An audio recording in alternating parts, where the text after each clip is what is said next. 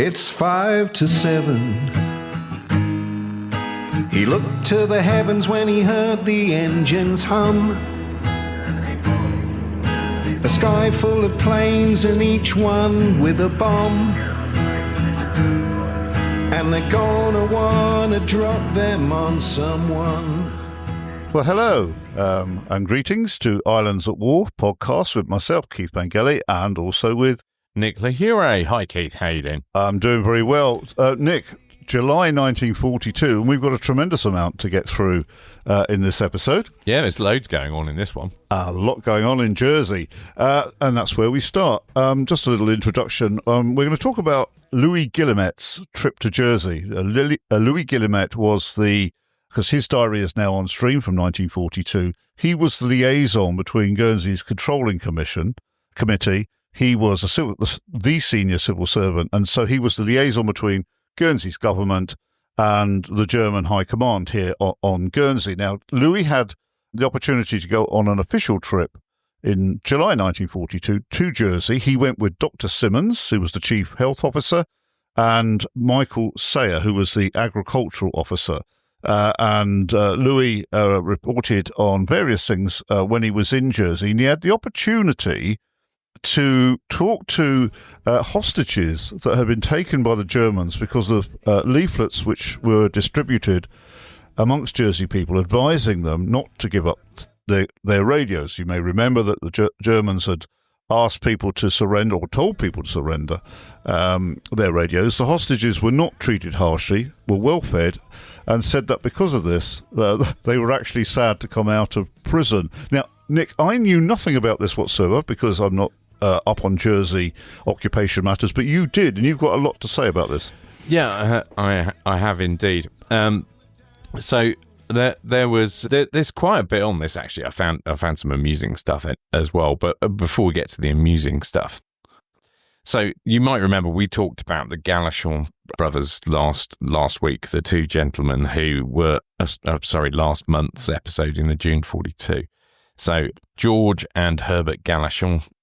George was a merchant. He ran a Langley stores in St Saviour in Jersey, and his brother was a commercial assistant, he was described as.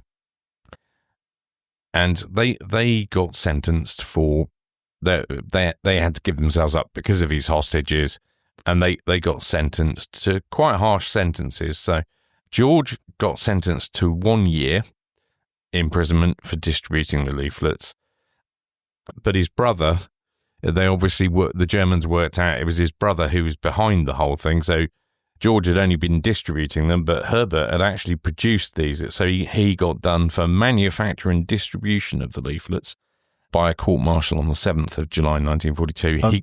He got 5 years. They were printed leaflets? Yeah. So do we think they had a printing press or mimeograph? Or I'm not sure how they would have done it, but they did have those leaflets. Sometimes these things were typed, other times they weren't. Now, the gentleman that only got sentenced to a year was, which way around are we? So, yeah, the gentleman that got sentenced to only a year, George Galachon, he then subsequently in February 1943, I'm not sure of the reason for this, but his sentence was then held over. So he'd served some of the time, but as from 10th of March 1943, at midnight, it was held over until the end of hostilities, which is a very odd conclusion to come to, because, he wouldn't be going back into prison at the end of hostilities. Very strange. Yeah, I mean, you sent me the paperwork, the original paperwork, and yeah, I mean, who in their right mind would have thought that, well, unless the Germans were putting a spin on it, saying, well, when we win the war, you may have to go back and serve the rest of your sentence. So it was a sort of open-ended thing, really. Yeah, it was. But there were some people that also produced, and the Germans found 5,000 leaflets, but they didn't know who'd produced these leaflets. So they then took 5 masters from Victoria College as hostages.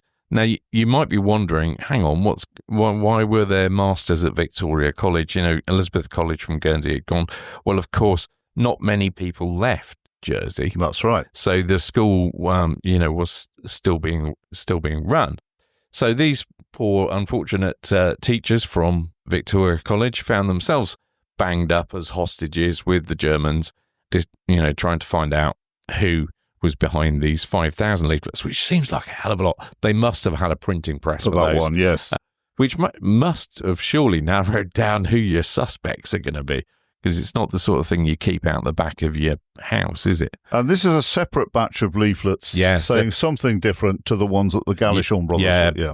Essentially the message was still the same. Yeah. Don't give up your wireless set. Now, Nakfus had been away. He came back from France. Little round German. He came back from France, having been away from the island for a few days, and he declared that these 5 teachers could be released because he was satisfied that none of these leaflets had been distributed. Yes, I mean, Nakfus has featured many times as being a sort of almost stage German officer, but he seems to have acted with a little bit of common sense here. I think he realises this could be a can of worms, big time, really. So yeah. Now it has a sort of corollary here in Guernsey, doesn't it? Because it does.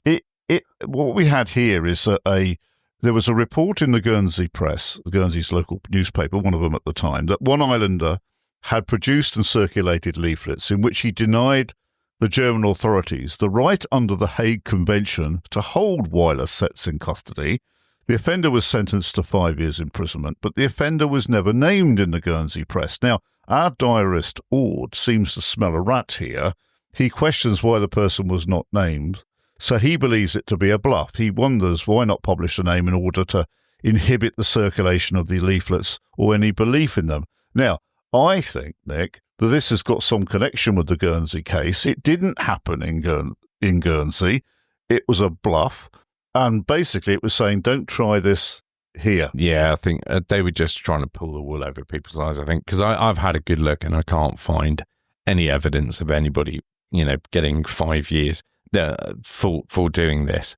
Not that I can find anyway. And generally speaking, you would be able to find, where people got that length of sentence, they would have been named in the paper for one thing, so that is a little bit odd. What I have found, though, is some other great stuff to do with radios and their confiscation thereof. Yeah, can we just remind people that when the radios were taken early in the war, the Germans had them collected from people. So they sort of knew where people were likely to have radios, who had those radios. But here you were told to hand them in, and simply people could just not could choose not to hand them in. So there was a difference there, wasn't there? Yeah, they did a census of radios, so in theory they should have known exactly who had what, but for whatever reason. Well, you've got a really interesting connection here with Italy. Yeah, I mean, just before we come to that bit, I'll set the scene for it. So I was looking at something in Jersey Archives, completely unrelated, and I happened across a folder in there which was about people asking for exemptions from having their radio confiscated or asking for it back. And it was quite illuminating, some of it. I mean, the excuses that people used were quite interesting. There were quite a few where I'm sure they were genuine cases where people wrote in saying, look, my wife is an invalid.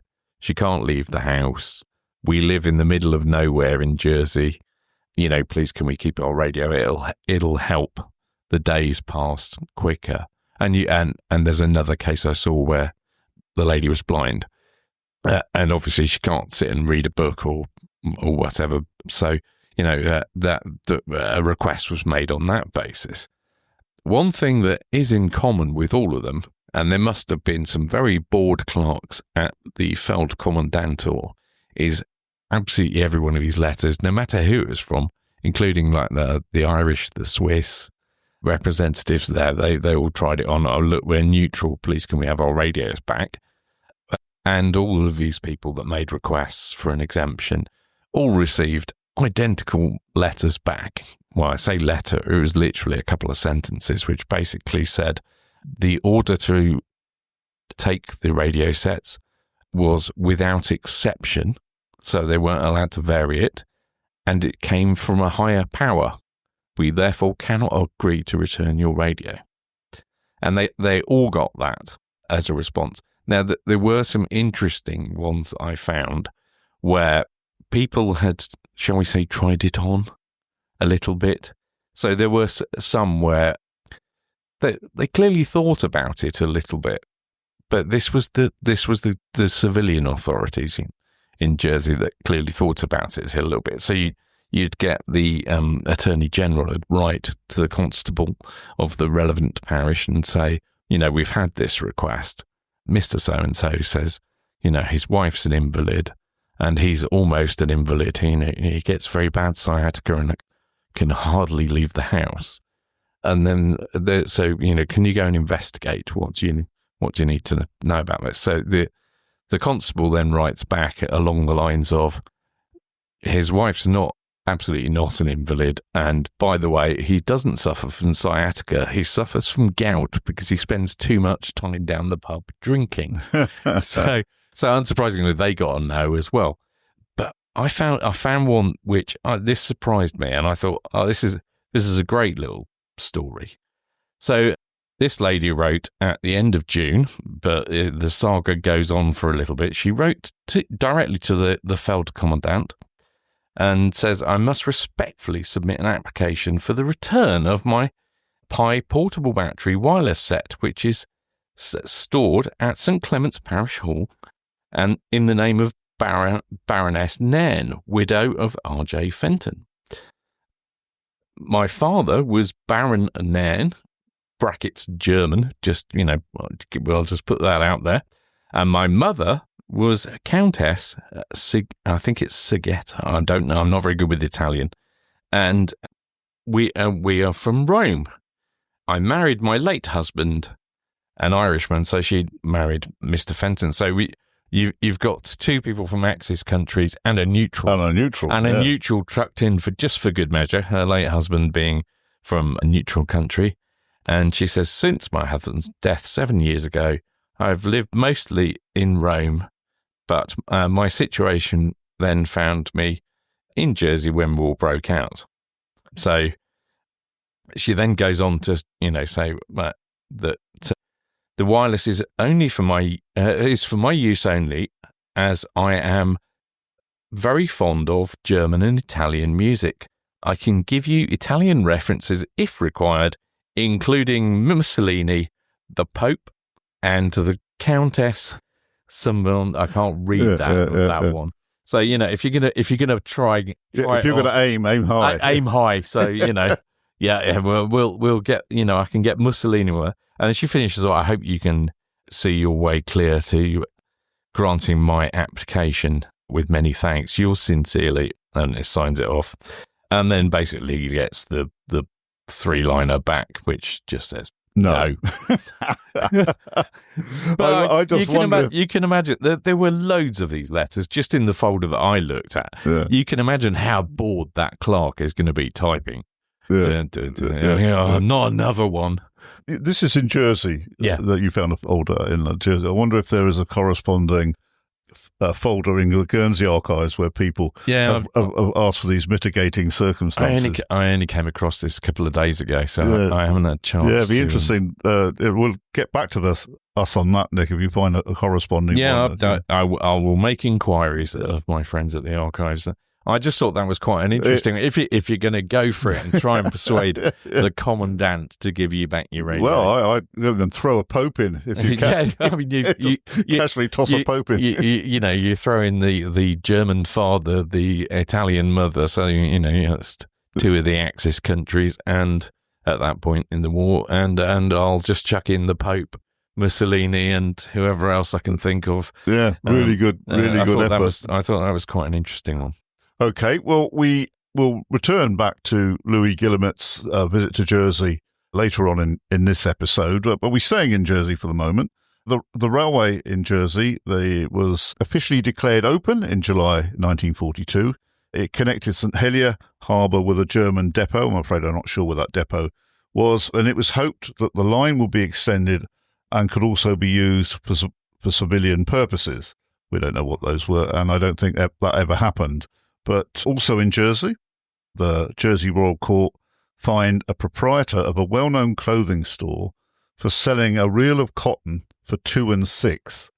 It had been brought prior to the occupation and had previously sold twopence for twopence, and the defendant was fined £10 with £2 costs. I mean, that's quite a fine for black marketeering, or it's bordering on the extortion, I would think.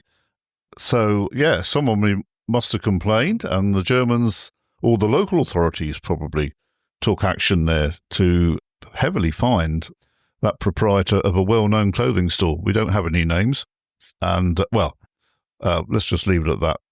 Okay, moving on, we got our diarist, Reverend Ord, and this is an interesting one, Nick. Ord is visited by Reinhold Zachman, who I looked him up. He was friendly with a number of clerics over here, German clerics as well.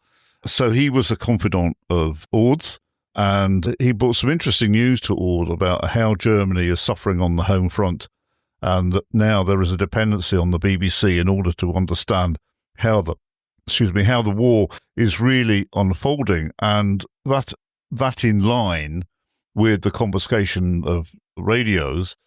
I think last month, when this first raised its head, we were talking about the fact that some Germans that were billeted with people turned a blind eye so they themselves could listen to the BBC. Because I think by now enough Germans had been on leave and they knew that the only real bona fide news they could get would be via the BBC. Yeah, absolutely.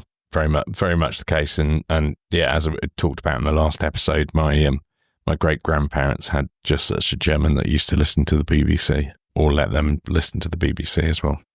Okay, we return to Louis Guillemette, but still on Guernsey.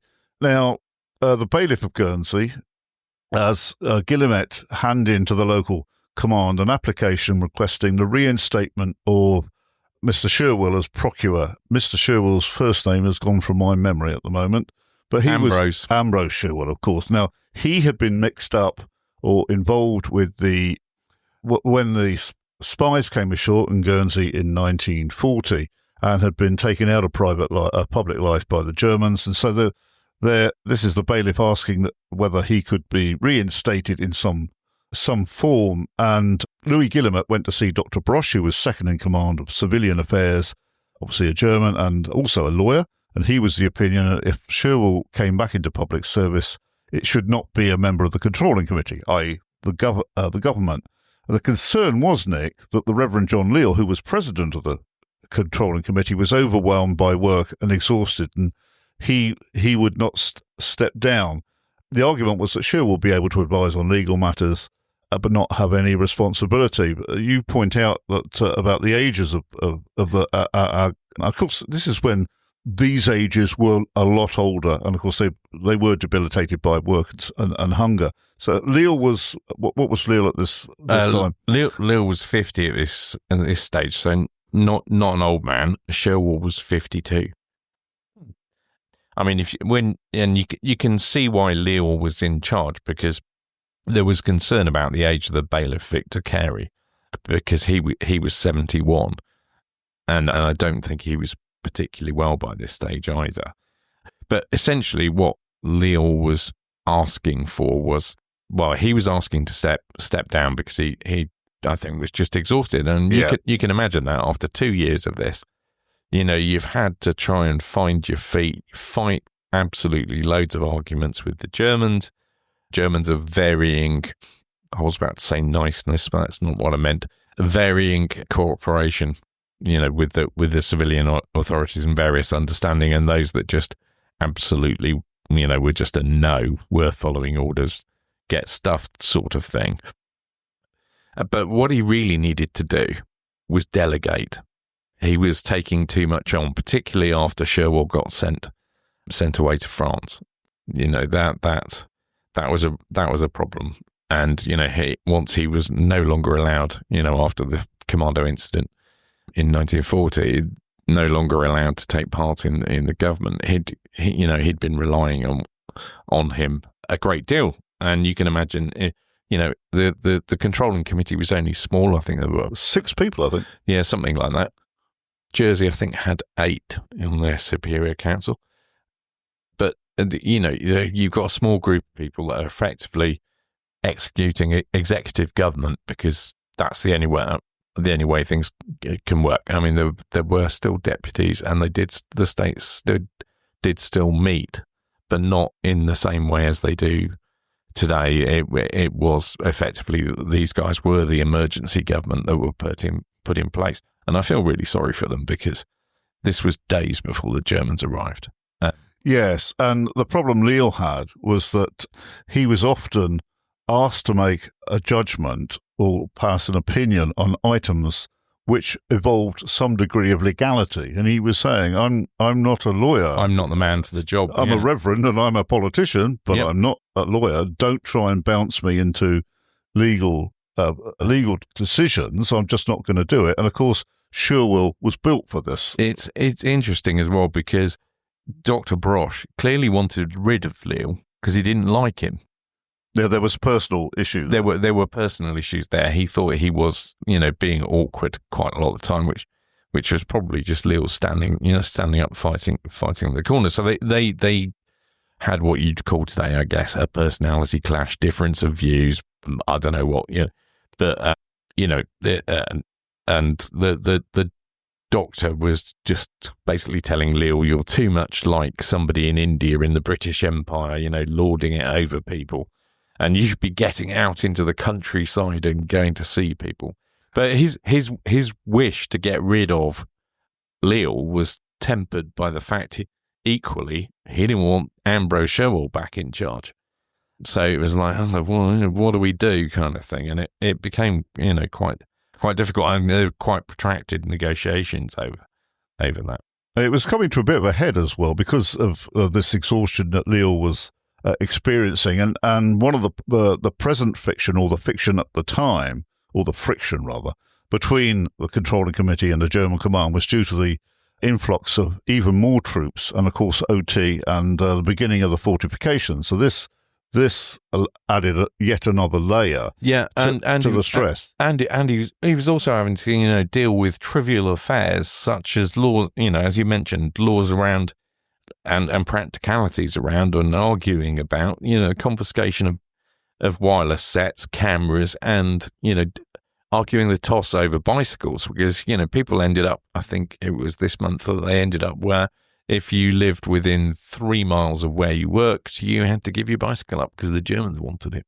Yeah, and of course you had to go through the process of sifting through this for some degree of rationality, not to drive anybody up the wall. And of course, people were fatigued. This is the other thing. People were easily tired because of the deprivations, etc.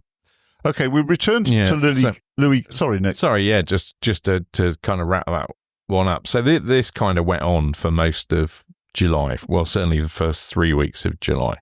And then Louis records in his diary entry, and now it's not clear which day it relates to, because it's a diary entry for Wednesday the 22nd to Saturday 25th, but I'm guessing it's the start of that, because he starts the entry with Mr. Sherwill is back at work and seems to be full of vigour. Now, he wasn't allowed back as Attorney General. Sorry, he wasn't allowed back as Procurator. No, but he did come back as... yes, as yet later Attorney General, so to advise on legal matters, etc. So... And as we know, Sherwill was deported later on in the occupation, which we'll come to. But even though he'd been deported to Germany, still played a key part in what was going on in Guernsey. But we'll come to that when we get to 1943. We will indeed, yes. But yeah, so it was Leo stayed in post, didn't have to go, but Sherwill came back a bit in a slightly more tempered. But Leo did have a bit of a rest, but essentially he carried on as our lead politician.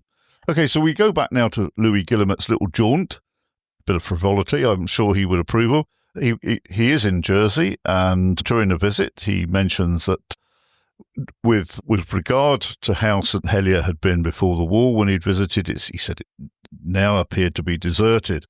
But he was able to talk to a number of people, move freely among people, and he attended a play in St Helier. He also thought that the black market was flourishing in Jersey far more than Guernsey. He doesn't explain why he came to that conclusion.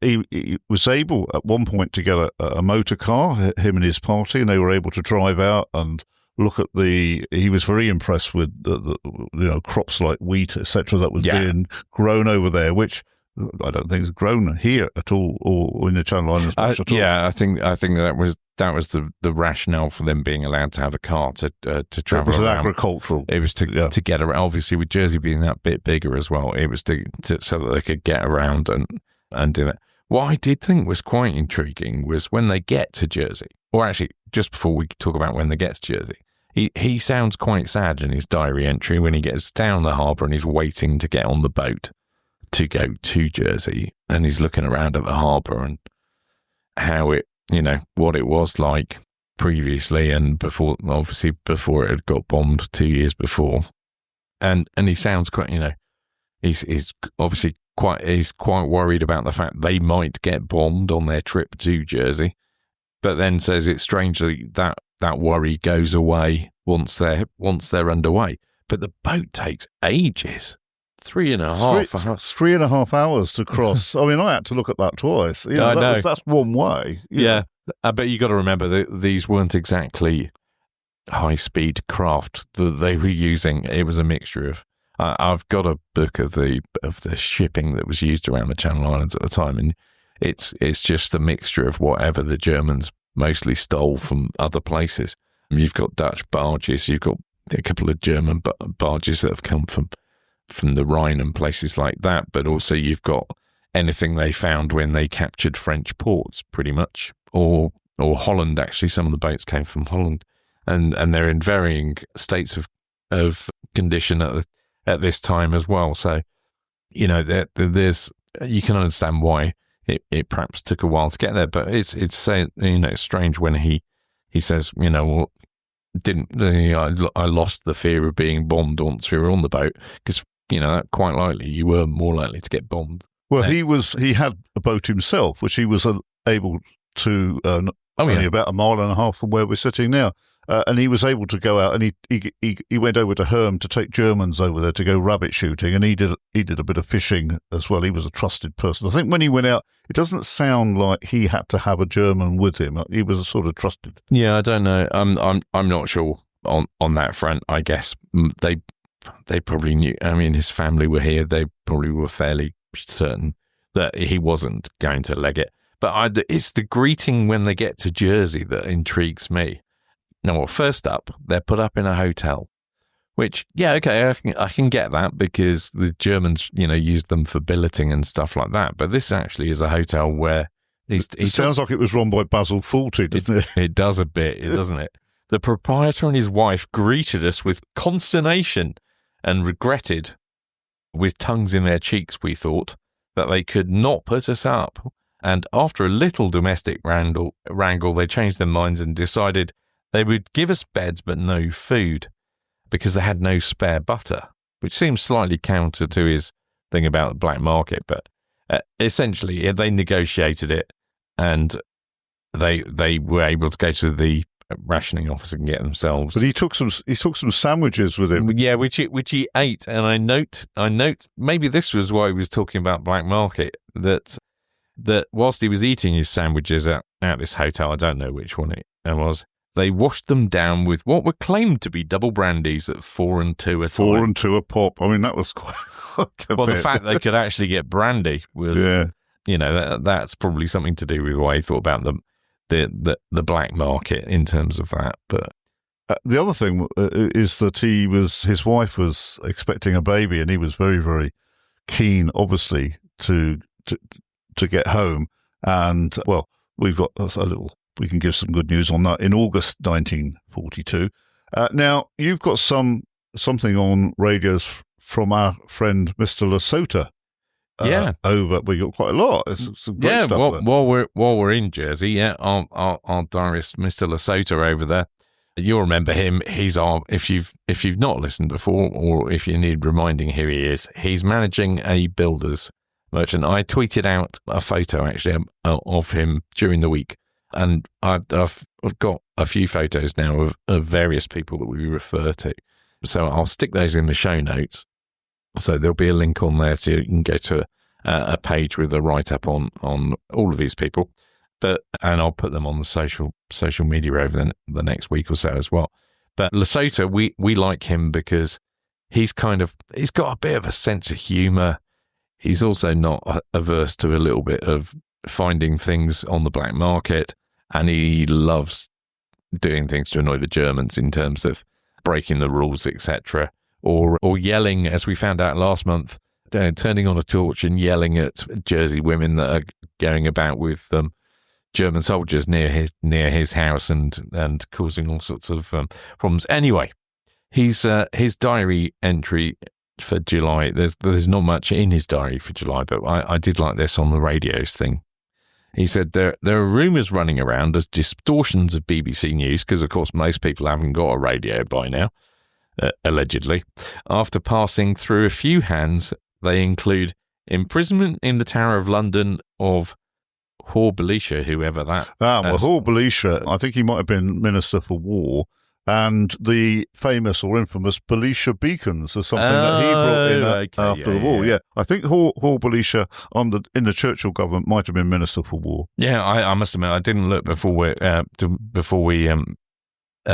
came to record. Hence being put in the Tower of London. I think they were. Yeah. And Duff Cooper as well, who's also somebody who was in the government, for giving away military secrets to the enemy.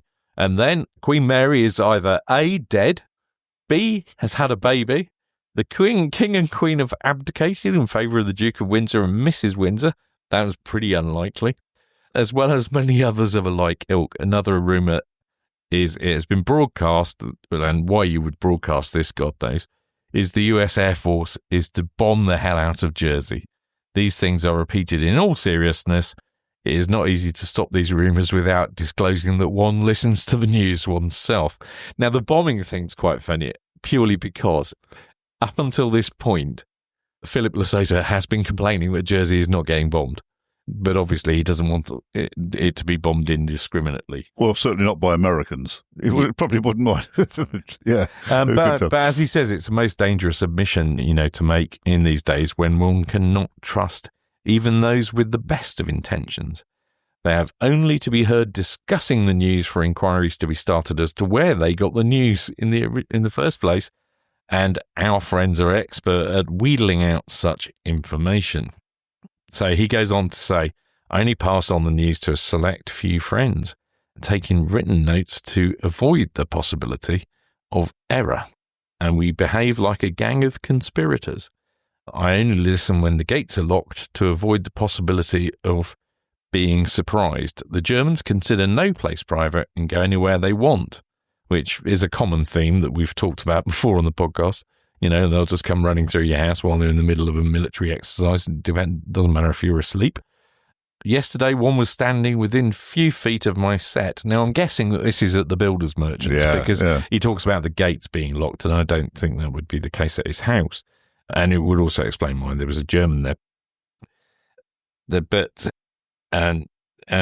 He was in fear and trembling lest he should notice the electric wire which had run up to my listening studio under the roof. Sounds all very grand, that listening studio, but he says it pleases me to be doing what is forbidden, and if I should get caught, it would be a new experience, and I think no disgrace to do 6 weeks in jail for such an offence. And he's talked about that before, that there's absolutely no disgrace in getting locked up during the course of the occupation, because it means you've done something to annoy the Germans. Yeah, he seems to be almost like, come on, do it to me. Yeah, I mean, he says his hiding, the hiding place for it is more directed against many civilian eyes than against Germans, for I credit the latter with enough gumption that wherever I hid it, if they actually came searching, they would find it, and it will be relieved within the next. The next. I've got a typo here. And the other rumour that's going around is that Jersey's going to be relieved within the next 40 days. That one sort of pops up quite a bit, both here and in Jersey. Yes, I mean, on the radios, I bumped into a chap that, he only lives down the road, but he used to live here in the house, my house here. And he said to me, you know about the podcast. He said, have you found a place in the bedroom upstairs where they hid the radio? I said, no, tell me more. And he said, he said, yeah, there was a little hatch in the floorboards upstairs where the radio was hidden. Now, I've never seen it because I never put the carpets down, and I'm certainly not going to lift the carpets to have a look for it. But if we do at some point, I'd be interested, because I've done a little research about the people that lived here during the war, and they wouldn't have seen the sort of people to me to have secreted a radio away. But you never know. You never know. Maybe they were just trying not to look suspicious. So as we say, Lesotho, a little bit mischievous, doesn't mind winding the Germans up or getting up to a few bits. I mean, he talks here as well about the push bikes being called in Jersey as well. And he says, he's been lucky that he hasn't been selected. But if it does happen, I've got a trick or two up my sleeve, he says.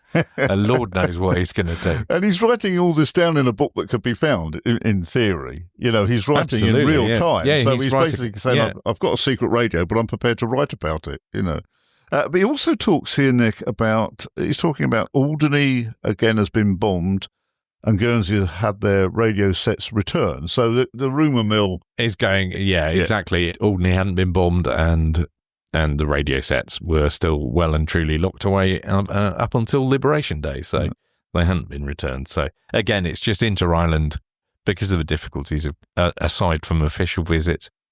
Yeah, again, we go to our diarist, Mr. Sovery in Guernsey, St. Sampson's in Guernsey, and he talks about the people having to give up their bicycles unless they were a working person and that they needed to work over 3 miles from their home. But people also having to give up their sewing machines. Nick, what's all that about? Yeah, people are having to keep mending things. Why take sewing machines away? I don't know, unless the Germans were planning on using them themselves or shipping them off somewhere else. I mean, I could understand things like typewriters, because there was always that sort of paranoia around typewriters.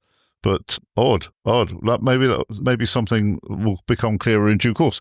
Now, we got a note here. Ambrose Robin, problems with money and paying pensions. So you brought to the program. Yeah, this is again. This is one of the unpublished diarists rather than Lesotho, who is published. And Ambrose Robin worked at what is the equivalent of state's insurance in Guernsey. In Guernsey, yeah.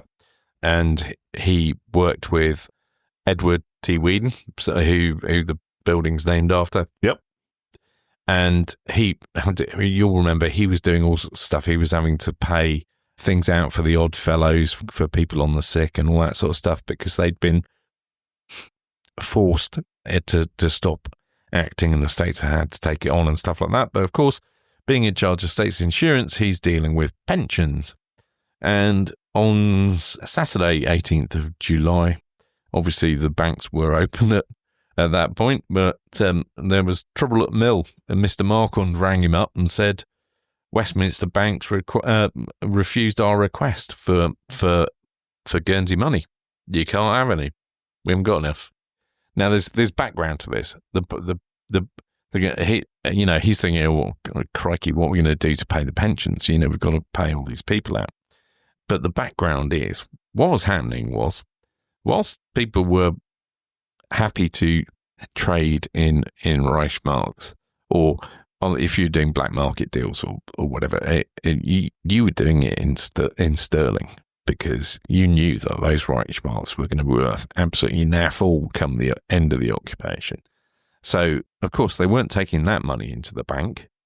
If they were going in NatWest Bank, or Westminster Bank as it was, but NatWest it is now, to pay money in, the money they were paying in was the Reichsmarks that they'd been paid by the Germans or paid by the Guernsey government or whatever, and they were hanging on to the sterling, regardless of whether they're involved in black market or whatever. Just anybody with, half a notion of any sense was basically saying, "No, I'm not giving up my cash."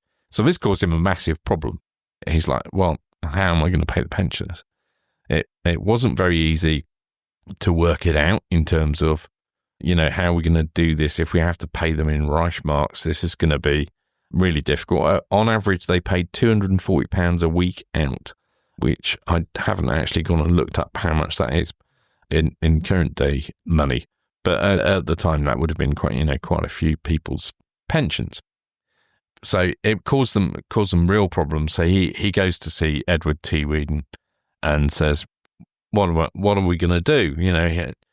There's a real problem here." And the Germans refused. The other problem that he had was after the bank had said no, he went to see the Germans and spent quite a long period of time with them there that day, basically saying, "Can we have some notes printed? Can we print?" Germans said, "No, you can't." Probably for a variety of reasons. There was a shortage of paper, for one thing.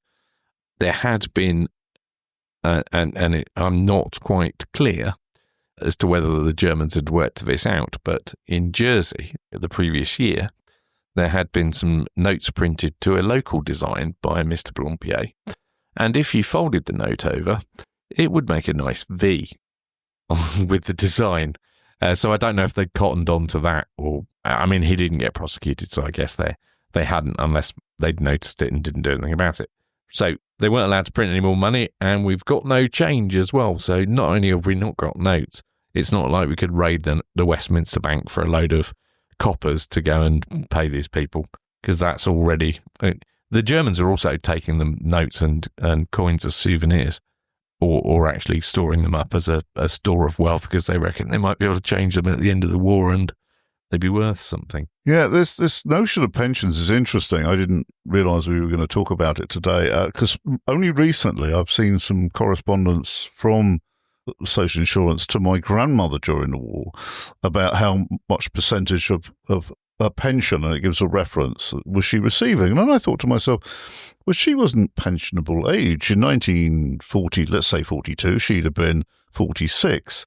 I'm just wondering, my grandfather was in the Royal Navy. Yeah. Was she receiving a portion of his Royal Naval pension? Yes. But shouldn't have that come from the UK? Yeah, but it couldn't. So and this is why we were paying pensions for French people, or all sorts of stuff, which is what got us into a right pickle anyway. That, we talked briefly about this previous. We had to pay to be occupied. Yes, yeah. And part of that was we had to pay pensions for things. So as long as you could prove that you were supposed to be receiving this money, then it's odd because they're asking her what percentage she is receiving, but you'd have thought they'd have known. So, they wouldn't have known, because she would have been the only one that would have known. She'd have had to provide some proof, I would imagine, of what she was receiving pre-war, pre-occupation, and that would have been it, rather than all these pensions were being paid for various different reasons, and of course these were being paid out of money that hadn't necessarily been contributed, because the French pensioners that had got stuck in Jersey and Guernsey wouldn't necessarily have paid any sort of... So, I'm just trying to think in terms of pensions and their age. Although grandfather had gone back and was fighting, he'd already served a term in the Royal Navy, 1915, 1938. So therefore, he was pensioned out. Yeah. So he was due a pension. So although it came from the UK state, it was incumbent upon Guernsey to pay all some of that pension to my gran. That makes sense. And you have to remember that Guernsey and Jersey were very popular places to retire to if you'd done your military service and achieved a relatively high rank, particularly if you'd done it somewhere around the Empire. Yes, and you'd retire to the Channel Islands, because you go, oh, this is a lovely place, and we had a low tax rate. If you'd made shed loads of money, being some sort of commissioner or whatever out in India, then you were laughing, because you were getting taxed a lot less. Okay. So in the end, Whedon basically says to him, go away and come up with a plan. So he goes back and said, well, it'd be a lot easier if it was divisible by, the exchange rate was divisible, say, the amounts that we're paying out. Really difficult to calculate if you're doing it in Reichsmarks at the moment. So Whedon goes, you know what, stick the pensions up 5%, and then it works. Okay, And creative accounting. And basically in 24 hours, these two guys just went, yeah, that's it. And so Robin says to Whedon, you know, do you need to call some other members of the Social Insurance Authority in to come and talk to you about this and approve it? And he goes, nah, it's fine. And then Robin talks about, you know, in normal times you wouldn't be able to act so quickly because you'd have to, you know, change a law or whatever, and it would take a considerable amount of time and get it all approved properly. But these two, because that, you know, needs must when the devil drives, they just managed to get it done. So I thought that was quite an interesting little insight into the financial problems that things were caused. Okay, another one of our diarists, Violet Carey, who lived out by Guernsey Airport. She notes, because of the fortifications are now in full swing, barbed wire being positioned around all the places occupied by the Jerrys. And she wonders if the wire is to keep them in or us out. And do the Germans worry about a possible rising among foreign workers? Yeah, no, they weren't worried about it at this stage. They were worried about counter-invasion. That was I mean, we talked about that last couple of months. They were seriously worried about counter-invasion. You've got to remember as well, a lot of their younger, better troops were getting shipped out of the island, and you were ending up with not quite so good troops, as well as OT workers having to step up as well. So it was really anti-invasion stuff. There were, you know, places for landmines to be slotted into the road and stuff like that in case of heightened alert. Yeah, because many of the fortifications yet weren't even started. I mean, you know, you were 8-9 months into the fortifications being started. Okay, we go back to Mr. Sovery in St Sampson's in Guernsey. He reports that the military railway here in Guernsey, the tracks were being laid from St Peter Port, White Rock, which is our harbour, along to St Sampson's. So we've got that sort of northern line, which would have been the same route that the trams took pre-war. But he further writes that the Germans are laying track from Levard's quarry to the cracking machine. So this is a point along the northwest coast. They're laying the track back along towards the St Sampson's line. The cracking machine, I think this is the stone crusher that is north of Pembroke, for people that know the island. The one that people often, you get people who go, oh, there was a radar on top of that. No, not on top of there, mate. That was a stone crusher. Yeah, there was a radar on Landcrest, but that was further up. Yeah, it's an edifice almost on the seashore. And there was one at Levard's, but my understanding is that was never completed and never used. It's still there. This is concrete lump. I'm not sure actually. It's not an aspect that I've looked at. I mean, I've walked past it enough times because there's a nice nature walk around there. Yeah, it's used for storing hay at the moment underneath. It's a big thing. Okay, right. Well, we go to some incidents here, military incidents in July. On the 18th of July 1942, Flight Lieutenant R.A. Upshur of 175 Squadron, flying a Hurricane, came to grief, Nick. Yeah, he was flying a Hurricane 2B. When was it? Saturday, 18th of July, 42. Now, it was an anti-shipping strike. These were called roadsteads. That was the name that was given to them. So he was on Roadstead 25, which consisted of 4 Hurry bombers. So that's converted Hawker Hurricanes, which carried bombs. And they had 6 Supermarine Spitfires of 501 with them, who were tasked between them with attacking 2 motor vessels and 4 armed escort vessels off of Alderney. And between 4:45 and 5:06, a convoy of 2 unknown motor vessels en route to Alderney with armed escorts, the V204 and the V209, which were flagships, and the Seehund and Notre Dame. They were just off the French coast, moving away and heading towards Alderney, away from obviously the protection of Cap de la Hague, and when they were attacked by the 4 Hurry bombers and 6 Spitfires. Now, the guys that made it back reported that they'd sunk at least 1 boat during it. But during the action, one of the Hurry bombers was shot down, and that was Flight Lieutenant Robert Alexander Upshaw. He was just 23 years old, a volunteer reserve officer.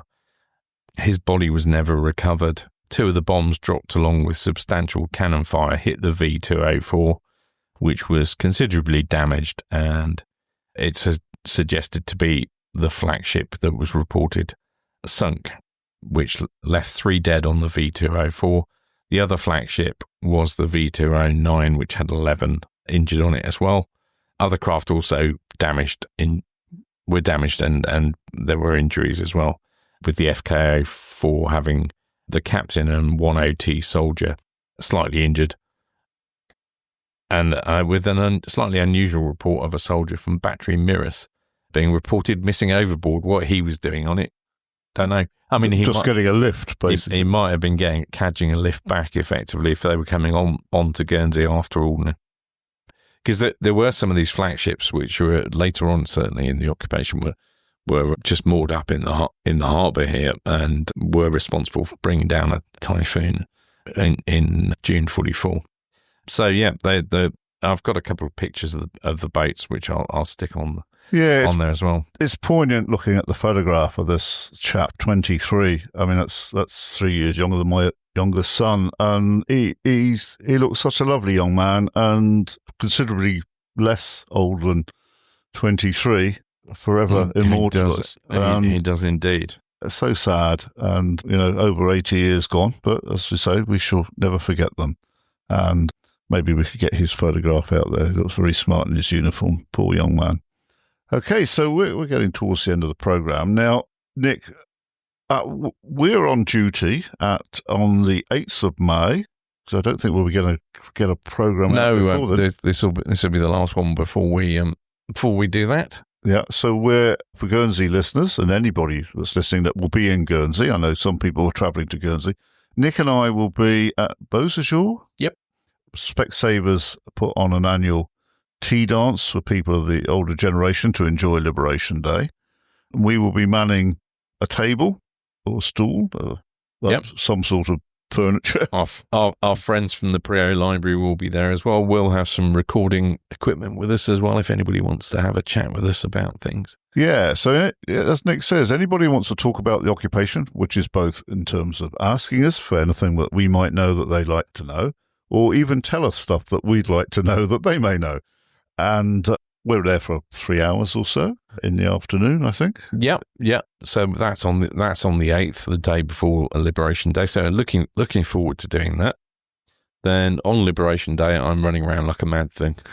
I've got nothing on at all. Tell us what you're doing. So I'm doing commentary with Jim Delbridge in the morning for the parade in the morning. And then I had a phone call earlier in the week which was asking if I'd get involved with a roving mic in the afternoon for the cavalcade. So it's quite likely I'll be doing that as well, albeit it's not been finalised yet. So yeah, I might be running around for an hour and a half in the afternoon chatting to people in the cavalcade, which will be good fun. Yeah, so that's on the 9th of May. The 9th of May is and in Jersey, the 80th anniversary of our liberation. SARC is the next day after. Yep. The day after. We have a royal guest on the island. We do. Princess Anne. Yep, the Princess Royal. Yep. Princess Royal.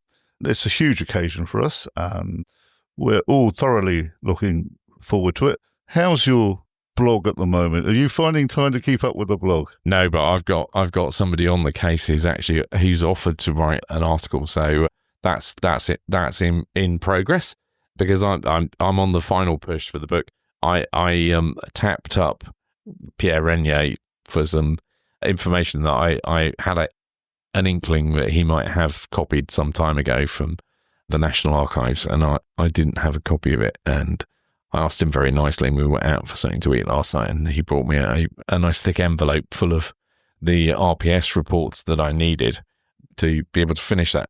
But an interesting thing that happened to me on Monday, I went to Jenny O'Brien's session for the literary festival, well, one of her 2 sessions on Monday, and it was about writing books, etc., and the mechanics of it and some ideas and things like that. It was really well attended, actually. And Jenny just happened to say, and of course Nick's here, and Nick's writing a book about the occupation. To tell him what your book's about. So I did and said, "Oh, it's about escapes from Channel Islands." And this chap sat in the road behind me, put his hand up, and goes, "I need to speak to you later. My dad was on one of those boats." So that I'm now in touch with that gentleman as well. So and as soon as he told me what his father's name was, I was like, "Oh yeah," and that was 1943, and I know what the name of the boat was. Yeah. So, but he was able to give me some information, and he's also working on some stuff for family history. So I've offered to give him what I've got as well. Yeah, well mentioned Jenny O'Brien. Off the top of my head, the name of her book is The Book of Lost Children, and I'll be reviewing that with Jenny in the near future. And also, Theresa Lefemme has got excuse me a sequel to her first novel. Yep. And the name of, I should have written this down, something Balboa. Sorry, Teresa. But I'll be reviewing those with those two ladies in due course. Two cracking books. And by the time this has gone out, I'll have chaired the panel / interrogated Jenny at the Guernsey Literary Festival at the Guillemette Library about her book. So I'm looking forward to that. Yeah, so lots going on. I'm looking forward to meeting John from Virginia and his family. I'm taking them on a tour on the morning of the 7th of May. So an enormous amount going on here in the islands, as you can imagine, because of the liberation. So I think we're done. Apart from say thank you for everybody that supports the podcast, everyone that gets in touch. If you want to get in touch with both Nick and I, email occupied@gnetradio.com. And I think we're done, unless you have... or if you're in Guernsey and you see us out and about, do feel free to come and say hello. Of course. It's been happening ever increasingly of late, where people have gone, I listened to I knew so and so, or I know about something. It's brilliant because it helps us out. And equally, well. I didn't know about this, but I do now. Yeah, absolutely. Very gratifying. Which is absolutely brilliant. So, yeah, I think that's it. It's time to say à la prochaine, Keith, I think. À la prochaine indeed. And here's a little bit of Jim to play us out. It's 5 to 7. He looked to the heavens when he heard the engines hum. A sky full of planes and each one